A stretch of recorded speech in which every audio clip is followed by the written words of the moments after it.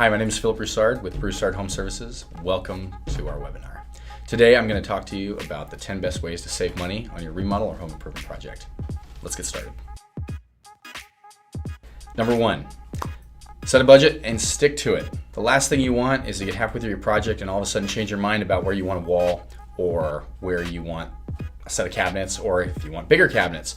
Or more importantly, if your cabinets show up and all of a sudden you don't like the color. All that stuff takes time and it costs money. Don't be that person to your contractor. We deal with that all the time, and a lot of times we are able to finagle around it. A good example is to make sure that everything's being done in the correct order of operations. If there's a problem, communicate it early and often.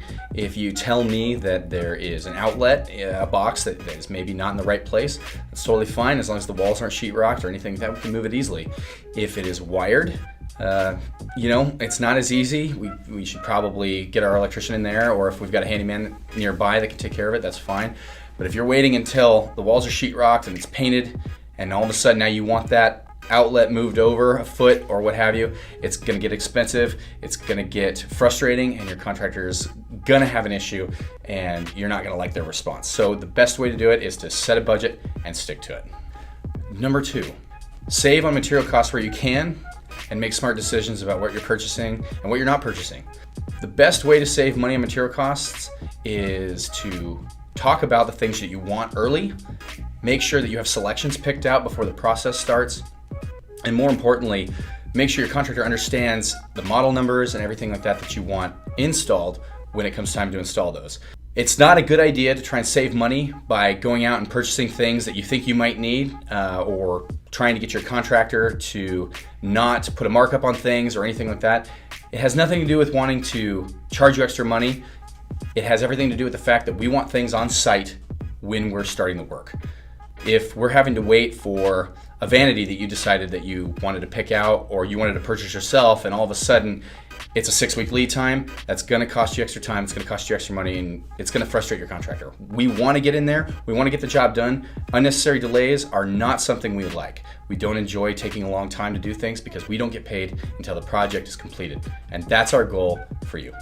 Number 3, let your contractor do what you're paying them to do. The worst thing that can happen is you ask a million questions and it slows the job down from 1 day to 3 days. I've personally had that happen probably a dozen or more times, where people are interested, but all of a sudden they're pulling up Google and saying, why aren't you doing it this way? Why aren't you doing it this way? Well, a lot of times Google shows you one of the first things that pops up. I'll give you an example. We were framing out a building and they asked us why we kept doing it a certain way, and then I found out that they were Googling these things. We looked at what they were Googling, and they were pulling building codes and building procedures from the state of Florida.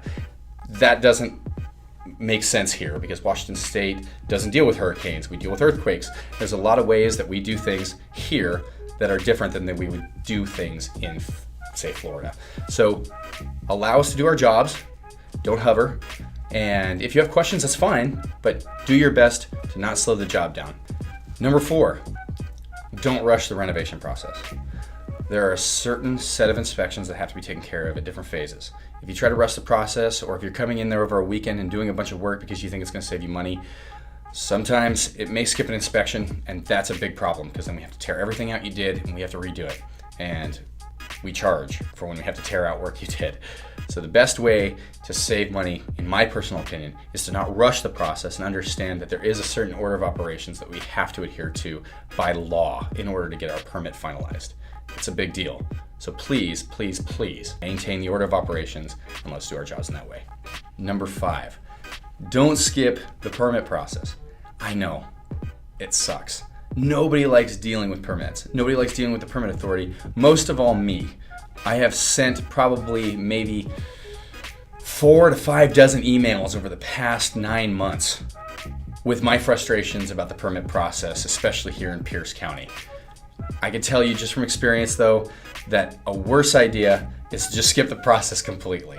They will find out about it and they will fine you on a per day basis. It's the last thing you want. I'll give you an example. We had one of our clients that owned and operated an adult home, okay? All of a sudden she sent an email off to the DSHS and the Department of Social and Health Services. Hey, a pipe burst and we had to do a remodel. Well, that triggered a permit audit on that. No permits were pulled. Random person did the electrical over there, none of which met code, and all of a sudden now I'm getting a frantic phone call on a Friday that I need to come out and inspect on Saturday because this person needs us to sign off on this work, which we couldn't sign off on. So now we have to tear out everything they did, we have to pull our own permit, which we did, and then we had to redo everything. Something that would have probably cost her about $10,000 ended up costing her almost $50,000 in fines and renovation costs from us. Don't skip the permit process. It's just a dumb idea. There are some things that don't require permits, and your jurisdiction has those on their website, but a lot of things do. So if it requires a permit, just pull the permit. The people, the inspectors, they're human beings. They're not the boogeymen or women, and they want to do what's right. They want to make sure it meets building codes so that way the building doesn't fall down, which can happen. We saw that in Haiti. They don't have building codes down there. They don't have permit authorities. During the earthquake in 2011, lots of people died due to the lack of structural engineering and the lack of building codes down in Haiti.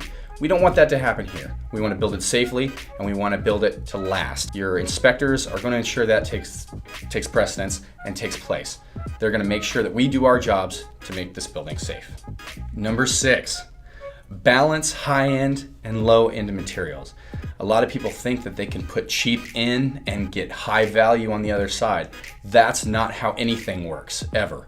You can't sit here and order flooring that's 20 cents a square foot from bargainbasementfloorshoppers.com or what have you, and expect that to be a really beautiful product or sell your house for top dollar once you put it in. It's not going to happen. High quality materials are high quality and high cost for a good reason. An example of this is what I just said, flooring. Low cost flooring, cheap thin flooring has a tendency to split when you're cutting it with a miter saw. It has a tendency to crack really bad. It doesn't go in straight. A lot of times pieces break, and you end up costing the contractor more money, and they're going to issue a change order for having to install low quality materials. On the flip side, low quality materials don't last very long. A low quality floor, a low price floor may last a couple years. If you have dogs, even less. If you have kids and dogs, it may not make it a year. And if you have tenants, I just don't. High quality materials are going to resist dog scratches. They're going to resist humans, little humans doing whatever little humans do. And ultimately, high quality materials are going to last because they're warranted for a long, long time. That's the best way to save money, in my opinion, on things like floors, countertops, cabinets, opting for maybe a higher quality product instead of something really, really, really cheap. And more importantly, people that install this stuff, we have our preferred materials that we use, mainly because we trust those materials. They're vetted for us. Also, we may get significant discounts on certain high quality materials that we order a lot of, and we can pass that savings on to you as long as that's negotiated out in the beginning. And we're happy to. We always want our clients happy at the end. We want to make money, sure, but at the same time, we want to make sure that we install a beautiful product that's going to last a long time, hopefully for the amount of time that you own the home. Number 7, have a secret contingency budget. This is absolutely crucial. And I'll tell you the reason why. A lot of clients come to me and they say, hey, this is my budget. Let's say $100,000. Okay, we put together a scope of work that's going to absolutely fit within that budget. And then things start to creep up. Little things. Hey, you know what? While you're here, let's also take care of this. Okay, well, here's a change order. Here's an extra $2,000. Here's this and that. If you have a secret contingency budget, you know that you're able to maybe pad some of those extras. Also, while we're on scope creep, keep that to a minimum because it can happen very quickly. The budget can get out of control. There's a lot of things that can happen. And if your contractor is really pressed for time because they want to get in there and get out of that project, a lot of times they'll hit you with change orders that have what are seemingly unfair markups and margins for them, mainly because they want to get in, they want to get finished with their project, and every delay, every addition, it makes them a little bit of money, but it slows down the process. It might set their subcontractors behind, and there's the complexity of remodel projects is just insane. So have a secret contingency budget and don't allow scope creep to get the best of you. One prime example specifically is when we've hit that budget, and we tell people, hey, you know what, we're gonna have to issue a change order. They're always capped out. But it always seems to happen this way. They'll go to Home Depot and see a door they love. And all of a sudden, what we were told was the budget is $100,000. All of a sudden, this $5,000 door comes into their purview. And now all of a sudden they have the money for it after they just told us we can't issue a change order and push up against that budget because they changed something again.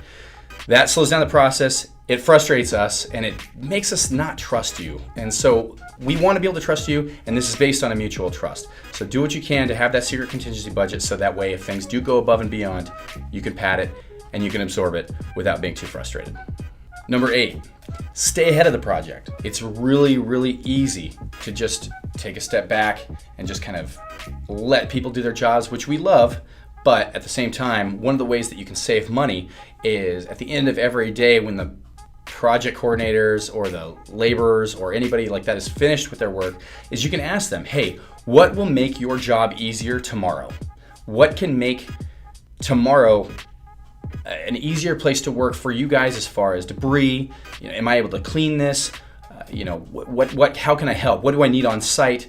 A lot of that can save you money. And for me personally, if a homeowner does that, I'm always willing to credit them on their invoice or what have you for time worked. I don't have a problem with that at all, mainly because it does make my life easier and it does make my life cleaner.